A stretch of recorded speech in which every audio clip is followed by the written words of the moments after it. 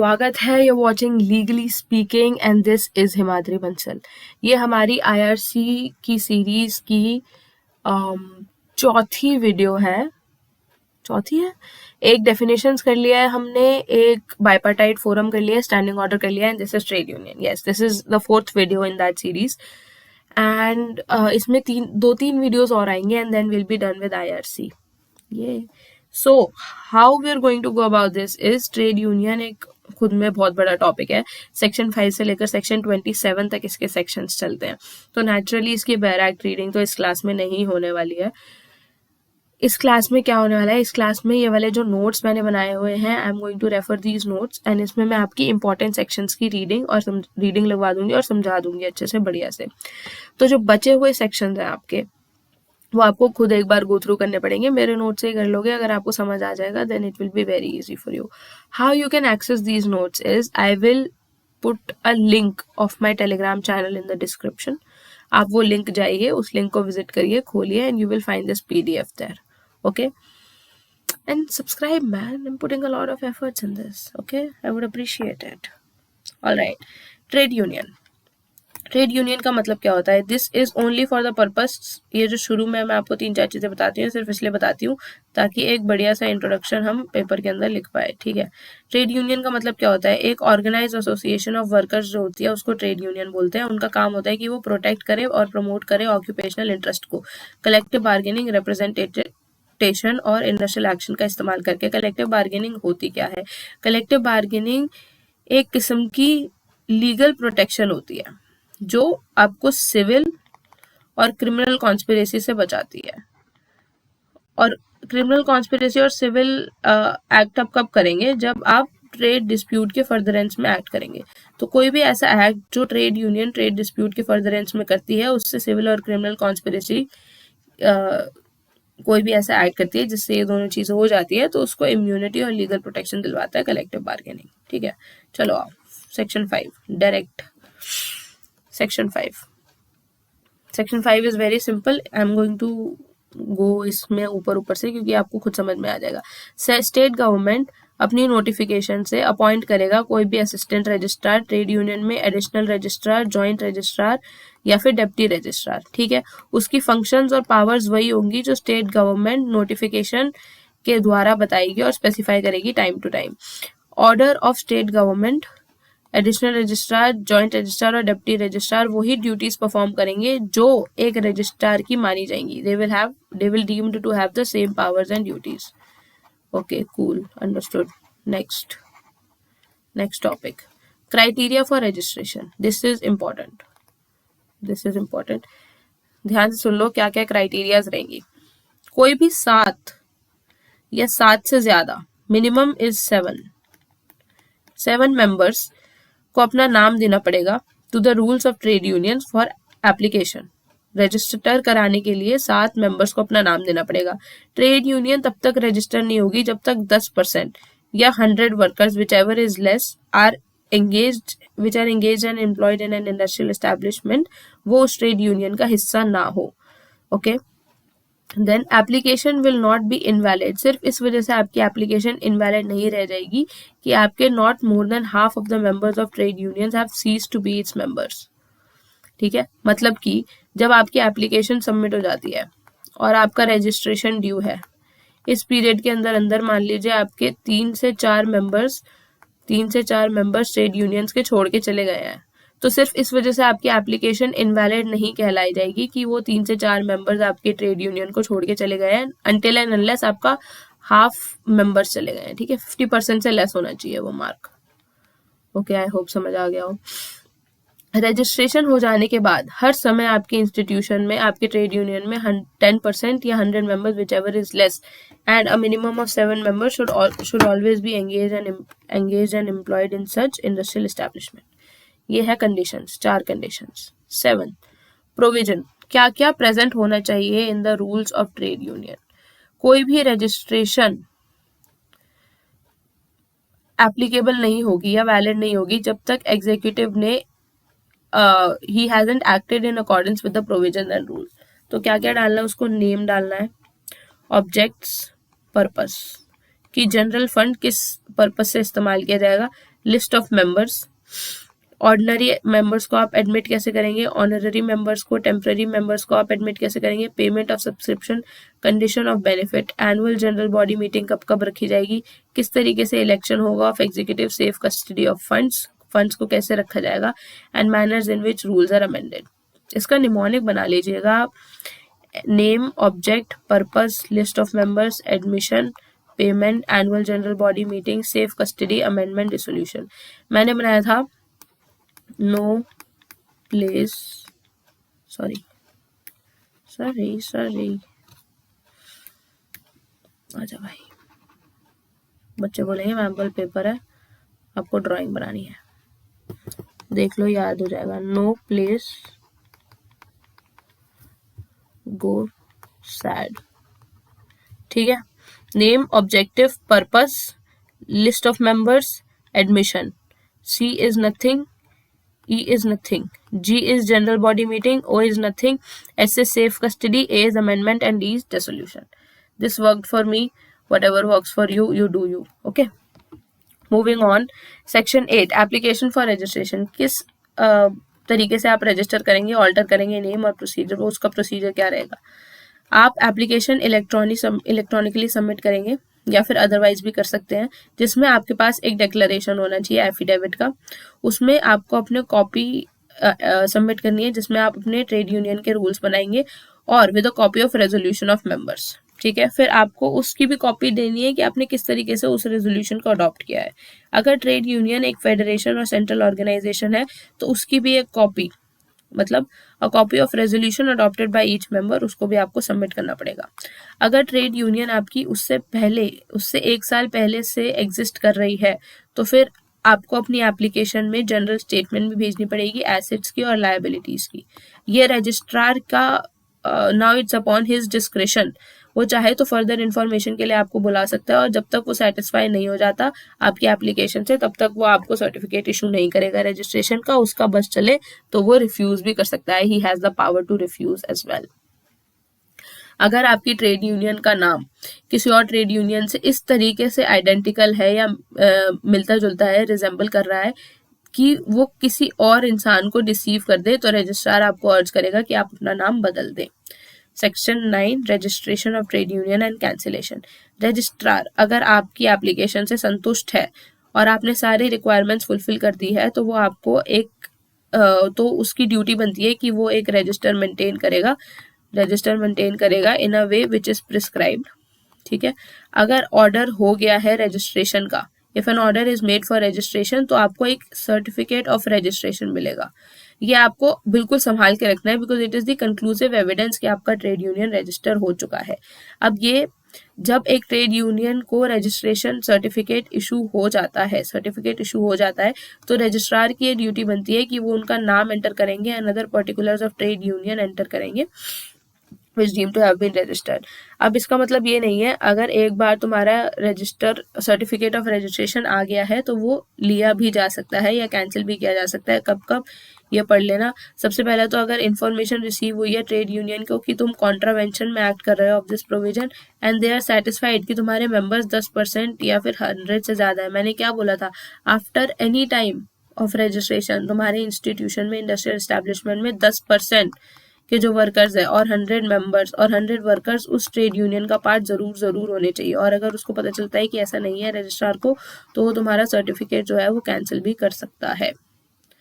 Okay, अब ये notice भेजना पड़ेगा। He has to send a notice within 60 days specifying the grounds on which it is propose to cancel. Notice पहले की बाद में previous to the cancellation registrar is bound to send a notice within 60 days specifying the grounds कि उन्होंने किस grounds पर आपके certificate को कैंसिल किया है, ठीक है। और अगर ट्रिब्यूनल ने एक ऑर्डर दे दिया है, ट्रिब्यूनल से ही ऑर्डर आ गया भाई कि तुम्हारी रजिस्ट्रेशन कैंसिल कर दिया जाए, okay, it is the duty of the registrar to record the reasons while cancelling and communicating the same in writing. Moving forward, appeal against non-registration and cancellation। अगर तुम्हें मना कर दिया है within such period as is prescribed, appeal before tribunal। अगर तुम्हें मना कर दिया है कि हम तुम्हारी ट्रेड यूनियन को रजिस्टर नहीं करेंगे, तो जितना टाइम प्रिस्क्राइब्ड है वो IRC में नहीं लिखा हुआ कितना टाइम प्रिस्क्राइब्ड है, यही लिखा हुआ है within such period as is prescribed, तो फिर तुम अपील करोगे ट्रिब्यूनल के सामने। ठीक है, अब तुमने ये जो प्रिस्क्राइब टाइम लिमिट है उसको निकाल दिया है। ठीक है, तो फिर ट्रिब्यूनल तुम्हारी बात सुन सकता है। He may entertain the appeal after limitation period has expired when, if you satisfy the tribunal that there were some satisfy them with sufficient reason that the conditions were unfavorable, और तुम ऐसा नहीं कर पाए। Unfavorable condition being the keyword which is being used in the PAIR Act. Okay, opportunity of being heard तुम्हें दी जाएगी industrial tribunal के द्वारा। या तो तुम्हारी एप्लीकेशन को डिसमिस कर दिया जाएगा, या रजिस्ट्रेशन को अप्रूव करके सर्टिफिकेट कर दिया जाएगा इशू, या फिर तुम्हारा सारा का सारा मैटर सेट असाइड कर दिया जाएगा। इन तीनों केस में से जो भी किया जाएगा इसकी इंटीमेशन आपको देनी पड़ेगी रजिस्ट्रार को। रजिस्ट्रार को इन्फॉर्मेशन जरूर देनी पड़ेगी। Moving on, section 11, communication to trade union to change and change in its registration particular. जितनी भी कम्युनिकेशन या नोटिस रजिस्ट्रार को ट्रेड यूनियन को भेजनी है तो फिर वो उसके हेड ऑफिस के एड्रेस पर भेजेगा। ठीक है, ट्रेड यूनियन को इन्फॉर्म करना पड़ेगा। अगर उसके किसी भी टाइम मेंबर्स 10% या 100 से कम हो जाते हैं तो it's the trade unions duty to inform the registrar. Okay, registrar ने अगर पकड़ा तो वो तुम्हारा रजिस्ट्रेशन का जो सर्टिफिकेट है उसको कैंसिल और विड्रॉ कर सकते हैं, हम पढ़ चुके हैं। Trade union must inform any change in the particulars given by it. Okay, section 12, incorporation of trade union. जब एक ट्रेड यूनियन रजिस्टर हो जाता है ना तो वो एक बॉडी कॉर्पोरेट बन जाती है। बॉडी कॉर्पोरेट आप कंपनी लॉ में पढ़ेंगे, मैं कंपनी लॉ भी आगे कंपनी लॉ की भी एक सीरीज निकलेगी। बट जब एक इंस्टीट्यूशन बॉडी कॉर्पोरेट बन जाती है तो उसके पास सर्टेन राइट्स आ जाते हैं, जैसे कि परपेचुअल सक्सेशन। परपेचुअल का मतलब होता है फॉर एवर। ठीक है, तो एक ट्रेड यूनियन अगर एक बार बन गई तो हमेशा चलती रहेगी। It will have perpetual succession. इसके पास पावर आ जाएगी कि वो अपनी प्रॉपर्टी होल्ड कर सके या एक्वायर कर सके, चाहे मूवेबल हो चाहे इमूवेबल हो, in its own name and contract, independent seal to sue and be sue. Okay, अच्छा, कुछ एक्ट्स होंगे, सेक्शन 13 बोलता है कुछ एक्ट्स होंगे वो ट्रेड यूनियन के ऊपर नहीं लगेंगे, जैसे कि societies registration act, cooperative act, companies act, multi state cooperative societies act and other corresponding law. क्यों नहीं लगेंगे? वाई? बिकॉज ये माना जाता है कि ट्रेड यूनियन की एक डिस्टिंक्ट आइडेंटिटी है, और उस distinct identity and that distinct identity is different from a society और अ कॉर्पोरेट कंपनी। तो उसको कलेक्टिव बार्गेनिंग इंश्योर करने के लिए और इंडस्ट्रियल एक्शन इंश्योर करने के लिए and to maintain its distinct identity, ये सारे एक्ट के दायरे से उसे बाहर रखा गया है। This is important, section 14 again important section, थोड़ा समझना इसमें। ठीक है, इसमें मैंने इधर एक गलती की है, मैं करेक्शन कर रही हूँ, तो अगर आप टेलीग्राम से इसको डाउनलोड करते हो तो आप देख लेना अगर इसमें करेक्शन है, नहीं तो आप कर लेना। ठीक है, इसमें 2 करेक्शन होनी है, मैं ये करेक्शन मैंने कर दी है यहाँ पे। ओके, आओ देखते हैं अब समझते हैं इसको। रिकॉग्निशन ऑफ नेगोशिएटिंग यूनियन और नेगोशिएटिंग काउंसिल। एक ट्रेड यूनियन के अंदर एक नेगोशिएटिंग काउंसिल या फिर नेगोशिएटिंग यूनियन जरूर होना चाहिए, शैल होना चाहिए। अब देखो, अगर कोई इंडस्ट्रियल एस्टैब्लिशमेंट है, if there is one industrial establishment and in that one industrial establishment one trade union is established, तो फिर सिंपल हो जाता है कि एम्प्लॉयर अगर चाहे तो उस ट्रेड यूनियन को नेगोशिएटिंग काउंसिल बना सकता है। This situation is very simple. Now what happens that if in one trade union there is more than one industrial establishment, if in one industrial establishment there is more than one trade union, उल्टा बोल दिया, कोई बात नहीं, दोबारा से बता देती हूँ। if in one industrial establishment there is more than one trade union, तो फिर ऐसे केस में हम क्या करेंगे, जिस ट्रेड यूनियन के पास 51% से ज्यादा वर्कर्स होंगे उनकी मस्टर रोल के ऊपर, उसको हम नेगोशिएटिंग काउंसिल और नेगोशिएटिंग यूनियन बता देंगे। ठीक है, this was also very simple. ये थोड़ा सा कॉम्प्लिकेटेड है, इसकी बात सुनना। अगर एक इंडस्ट्रियल एस्टैब्लिशमेंट में एक से ज्यादा ट्रेड यूनियन है और किसी के पास भी 51% मस्टर रोल नहीं है, तो फिर एम्प्लॉयर क्या करेगा, उस इंडस्ट्रियल एस्टैब्लिशमेंट में एक नेगोशिएटिंग काउंसिल बनाएगा अपनी रिप्रेजेंटेशन से, जिसके पास भी 20% सपोर्ट आएगा ऑफ द टोटल वर्कर्स। ठीक है, टोटल वर्कर्स 20% से ज्यादा टोटल वर्कर्स जिस किसी को भी सपोर्ट करेंगे ट्रेड यूनियन को, उसको एम्प्लॉयर नेगोशिएटिंग काउंसिल बना देगा। काम क्या होगा, ये करेंगे एम्प्लॉयर्स और negotiation between employers and negotiating council in any agreement if agreed by majority, self explanatory. ये 3 साल तक के लिए वैलिड रहेगा। ओके, बाकी आप लोग आगे पढ़ लेना। जनरल फंड, एक जनरल फंड बनेगा, ठीक है, only on the object so prescribed. Separate fund is necessary for promotion of civic and political interest. मैं क्या समझाऊं आपको, हाँ, इसमें जरूरी नहीं है कि सारे के सारे मेंबर्स कंट्रीब्यूट करें, और आप एक मेंबर को सिर्फ इस वजह से बाहर नहीं निकाल सकते कि उसने कंट्रीब्यूट नहीं किया। You can not compel a member to contribute and upon refusal a member can not be put in a position of disadvantage और discrimination against the member if they haven't contributed to such funds. Okay, ये आप पढ़ लेना। This is to be read yourself. Okay, yourself. Membership बनने के membership के क्या क्या रिक्वायरमेंट्स होती है। अगर आप 14 ईयर्स के हो, मतलब माइनर हो, तो आप मेंबर बन सकते हो ट्रेड यूनियन की, लेकिन वो एक नॉन हजार्डस इंडस्ट्री होनी चाहिए, ठीक है।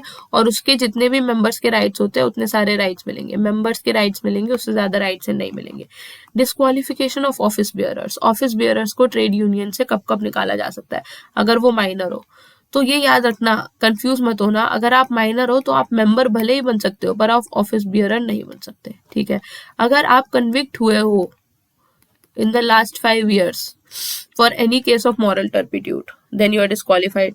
अगर ट्रिब्यूनल ने आपको साफ साफ आपके नाम का नोटिस निकाल रखा है, आपको नाम का बता रखा है कि भैया आप तो डिस्क्वालिफाइड हो, तो फिर आप ऑफिस बियरर नहीं बन सकते। And if you are a council member, council of minister, या फिर आप किसी भी office of profit organisation office of profit उठा रहे हैं, तो फिर आप ऑफिस बियरर नहीं बन सकते, ठीक है। Section 22 adjudication of disputes of trade union. अगर कोई भी डिस्प्यूट होता है एक ट्रेड यूनियन का दूसरे के साथ, एक ट्रेड यूनियन के वर्कर्स का दूसरे ट्रेड यूनियन के साथ रजिस्ट्रेशन, एडमिनिस्ट्रेशन, मैनेजमेंट या इलेक्शन को लेके, एक या एक से ज्यादा वर्कर्स का, एंड ट्रेड यूनियन की फेडरेशन और ऑफिस बियरर्स का, तो एक एप्लीकेशन बनेगी, is made to a tribunal, ठीक है, इंडस्ट्रियल ट्रिब्यूनल के पास जाएगी। देखो, if the jurisdiction of one trade union for the purposes of this video is, let's say, Chandni Chowk, ठीक है। तो चांदनी चौक के ज्यूरिसडिक्शन के ट्रिब्यूनल को आपको एप्लीकेशन सबमिट करनी पड़ेगी।